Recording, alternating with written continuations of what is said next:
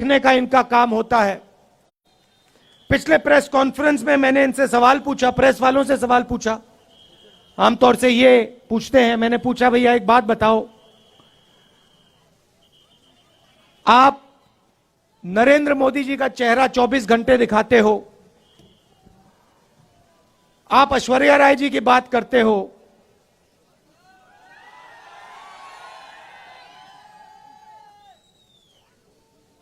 अक्षय कुमार की बात रखते हो, आप महंगाई की बात क्यों नहीं रखते हो? आप बेरोजगारी की बात क्यों नहीं रखते हो? जो जम्मू कश्मीर में गरीब लोगों से उनकी जमीन जो छीनी जा रही है, वो हमें मीडिया में क्यों नहीं दिखाई देता?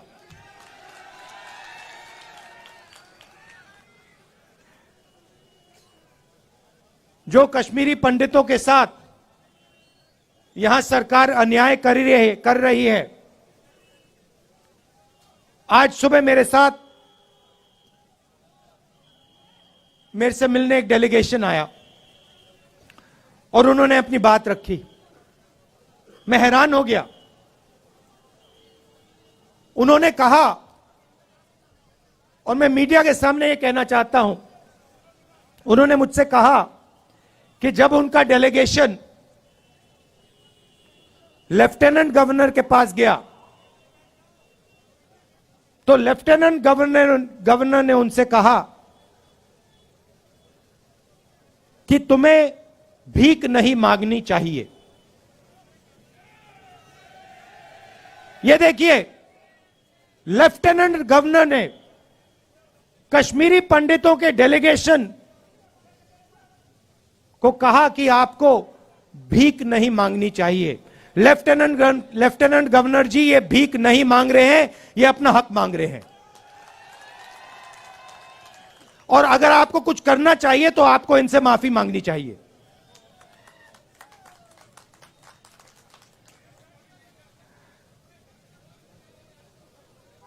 यहां पे जम्मू कश्मीर में मैं आया, अभी जम्मू में चल रहा हूं, और यहां पे आपके लोग मुझसे मिल रहे हैं। माताएं, बहनें, युवा, बच्चे, किसान सब मिल रहे हैं। यहां आते हैं, सड़क पे आते हैं, मेरे साथ चलते हैं और अपने दिल की बात रखते हैं। दो तीन चीजें मैं जो वो मुझे कह रहे हैं मैं आपको कहना चाहता हूं। वो आप जानते हो मगर मैं दोहरा देता हूं। सबसे पहले मुझे कहते हैं कि जम्मू में जो पहले, अभी आता हूं बेरोजगारी के बारे में बोलता हूं, कहते हैं कि जो पहले जम्मू के लोग व्यापार करते थे, जम्मू कश्मीर के लोग चलाते थे, आज बाहर के लोग जम्मू और कश्मीर को चला रहे हैं। और हमारा जो हक है, हमारी जो आवाज है, उसको एडमिनिस्ट्रेशन सुनता नहीं है। सारा का सारा ट्रेड बाहर के लोग कर रहे हैं, जम्मू कश्मीर के लोग देखते रह गए। पहली बात। दूसरी बात, हिंदुस्तान में सबसे ज्यादा बेरोजगारी जम्मू कश्मीर में है और जम्मू में है। तो यहां पे स्टूडेंट्स पढ़ाई करते हैं, कोई इंजीनियर बनना चाहता है, माता पिता शिक्षा के लिए पैसा देते हैं, कोई डॉक्टर बनना चाहता है, कोई लॉयर बनना चाहता है, कोई आर्मी में जाना चाहता है। पढ़ाई करने के बाद पता लगता है कि इस प्रदेश के लोग, प्रदेश के युवा लॉयर, डॉक्टर, इंजीनियर नहीं बन सकते हैं। पहले एक और रास्ता था, आर्मी का रास्ता था, वो भी आज बंद कर दिया है। बीजेपी के लोग नई योजना लाए हैं, अग्निवीर योजना लाए हैं, और इनको जो आर्मी का इथोस है, इनको वो ही नहीं समझ आया। देखिए, किसी भी काम में, किसी भी काम को सीखने में कम से कम 7-8 साल लगते हैं। सही बात है? सही? आप खाना पकाती हैं? खाना पकाती हैं? आपको कितने साल लगे? खाना पकाने में, सीखने में कितने साल लगे आपको? 7-8 साल लगे? मतलब एक्सपर्ट आप 7-8 साल में बनी? नहीं। तो किसी भी काम में 7-8 साल लगते हैं। आर्मी जो है एक परिवार है। जो सेना लड़ती है, वो रिश्ते के बल पे लड़ती है। सैनिकों के बीच में जो रिश्ता होता है, उसके बल पे लड़ती है। वो रिश्ता 1-2 साल में बनता ही नहीं है। वो रिश्ता, उस रिश्ते को बनने के लिए, मजबूत होने के लिए कम से कम 7-8 साल लगते हैं। ये जो बीजेपी के लोग हैं, इनको ये बात समझ नहीं आई। ये सोचते हैं कि आर्मी की ट्रेनिंग 6 महीने में हो जाएगी, जो सीखना है वो 6 महीने में हो जाएगा। बिल्कुल नहीं। आर्मी में सालों लगते हैं एक सैनिक को तैयार करने के लिए। सालों लगते हैं उस सैनिक और दूसरे सैनिकों के बीच में रिश्ता बनाने के लिए। तो ये अग्निवीर योजना जो है, ये हिंदुस्तान की सेना को कमजोर करने की योजना है। और ये बेचारे जो हमारे आर्मी के लोग हैं, ये कह नहीं सकते हैं, मगर मैं जानता हूं अगर इनसे पूछा जाए तो ये सारे के सारे कहेंगे कि ये अग्निवीर योजना के खिलाफ है, अग्निवीर योजना गलत है। तो वो रास्ता जो था वो भी बंद कर दिया इन लोगों ने। पहले युवा आर्मी में जाता था, 15 साल की उसकी सर्विस होती थी, उसके बाद उसको पेंशन मिलती थी। अग्निवीर योजना में 4 साल की सर्विस होगी, उसके बाद सैनिकों को घर भेज दिया जाएगा, उनको कोई पेंशन नहीं मिलेगी। तो ये जो देश का आर्मी के साथ रिश्ता है, इससे खिलवाड़ कर रहे हैं।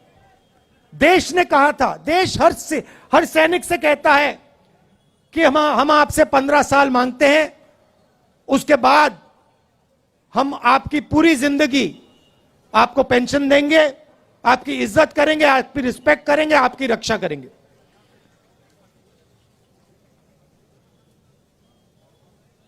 तो ये अग्निवीर योजना जो पहले युवाओं के लिए एक रास्ता था, ये भी इन्होंने बंद कर दिया। बेरोजगारी क्यों आ रही है? क्योंकि सरकार चुने हुए 2-3 उद्योगपतियों के लिए काम कर रही है। ये देखो, यहां पे आपका पूरा का पूरा व्यापार, जो भी आप करते हो, सारा का सारा उन्हीं 2-3 उद्योगपतियों के हाथ चला जाएगा। सच्चाई है। और नरेंद्र मोदी जी ने आपसे कहा था कि देखिए, नोटबंदी काले धन के खिलाफ योजना है। काला धन मिट गया क्या? नहीं मिटा ना। भाइयों और बहनों, नोटबंदी और गलत जीएसटी योजनाएं नहीं है, ये हथियार हैं। ये छोटे व्यापारियों को, स्मॉल और मिडिल साइज बिजनेस वालों को मारने के, खत्म करने के हथियार हैं। और सच्चाई ये है कि इस देश को रोजगार सिर्फ ये लोग दे सकते हैं। ये जो 2-3 बड़े उद्योगपति हैं, ये देश को रोजगार दे ही नहीं सकते, कितनी भी कोशिश कर लें ये नहीं दे सकते हैं। तो इन्होंने क्या किया, नरेंद्र मोदी जी और बीजेपी ने क्या किया, जो हिंदुस्तान की रीढ़ की हड्डी है, जो रोजगार देने वाली रीढ़ की हड्डी है, छोटे व्यापारी, स्मॉल और मीडियम बिजनेस, इस रीढ़ की हड्डी को इन्होंने तोड़ दिया है। इसीलिए आज पूरे देश में, सिर्फ जम्मू कश्मीर में नहीं, पूरे देश में बेरोजगारी फैल रही है। आप दूसरा सवाल पूछोगे, महंगाई इतनी क्यों बढ़ रही है? वही कारण है। पूरा का पूरा धन हिंदुस्तान का 2-3 उद्योगपतियों के जेब में जा रहा है। पहले पेट्रोल का दाम क्या होता था, आज कितना है? 100 रुपए। तो जब आपके जेब में से जो 50 रुपए निकल रहे हैं, वो कहां जा रहे हैं? हवा में तो गायब नहीं हो रहे, कहीं ना कहीं तो जा रहे होंगे। क्या वो छोटे व्यापारियों की जेब में जा रहे हैं? नहीं। किसानों की जेब में जा रहे हैं क्या? नहीं। बेरोजगार युवाओं की जेब में जा रहे हैं क्या? नहीं। ये गैस सिलेंडर के दाम बढ़ रहे हैं, उसका पैसा कहां जा रहा है? वो भी 3-4 लोगों के पास। अभी यहां पे आपका सेब आते हैं, सेब बिकते हैं, फायदा किसको जाएगा देख लेना। तो पूरा का पूरा धन, देश का पूरा धन 3-4 लोगों के हाथ में जा रहा है, और बाकी हिंदुस्तान बेरोजगारी, महंगाई का सामना कर रहा है। इसलिए हमने ये यात्रा कन्याकुमारी से कश्मीर तक शुरू की, और इसमें आपने हमारी जबरदस्त मदद की है। आप ये मत सोचिए कि 3500 किलोमीटर चलना आसान है, यह आसान काम नहीं है। जब हमने शुरू किया था, हमने सोचा कि ये देखो काफी मुश्किल काम है, मगर चलने के बाद पता लगा ये तो आसान है, कोई मुश्किल नहीं है इसमें।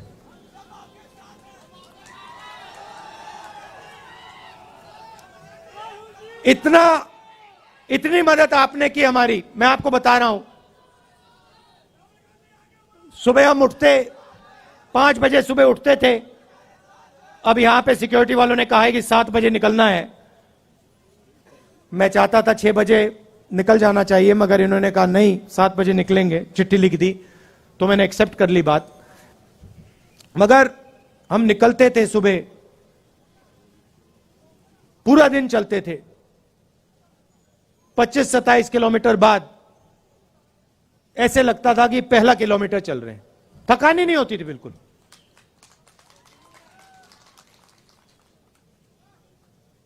पूरा अपने पूरी मदद की, पूरी शक्ति डाली, प्यार दिया यात्रा को।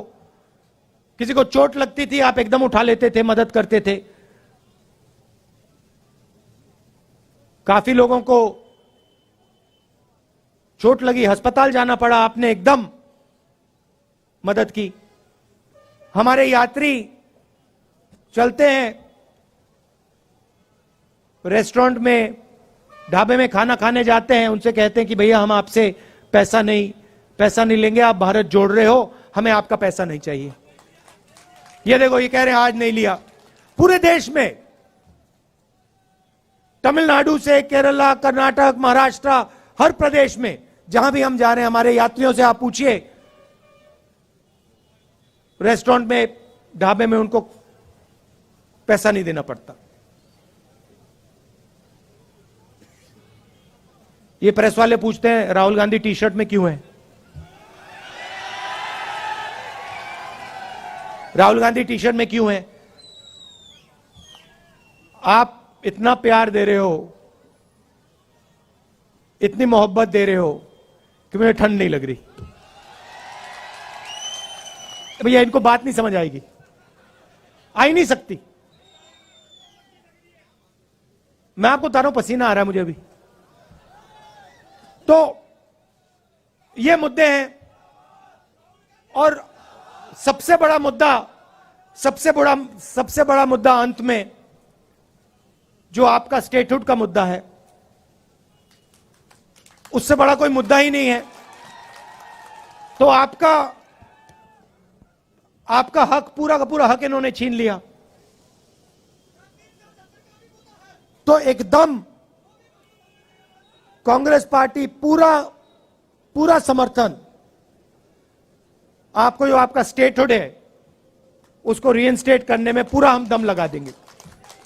आपने इतना प्यार दिया, दिल से आपका मैं धन्यवाद करना चाहता हूं। और अभी हम आपके साथ और चलेंगे, आपसे मिलेंगे, इसके लिए बहुत बहुत धन्यवाद।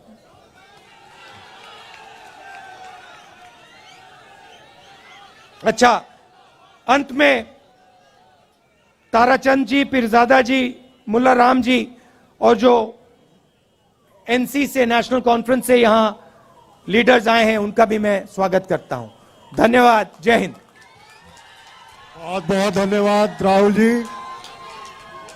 अब आप मेरे साथ बोलेंगे, नफरत छोड़ो, नफरत छोड़ो, नफरत छोड़ो, नफरत छोड़ो, नफरत छोड़ो, नफरत छोड़ो, नफरत छोड़ो, नफरत छोड़ो, जोड़ो जोड़ो, जोड़ो जोड़ो, जोड़ो जोड़ो, जोड़ो जोड़ो, नफरत छोड़ो, नफरत छोड़ो। बहुत बहुत धन्यवाद।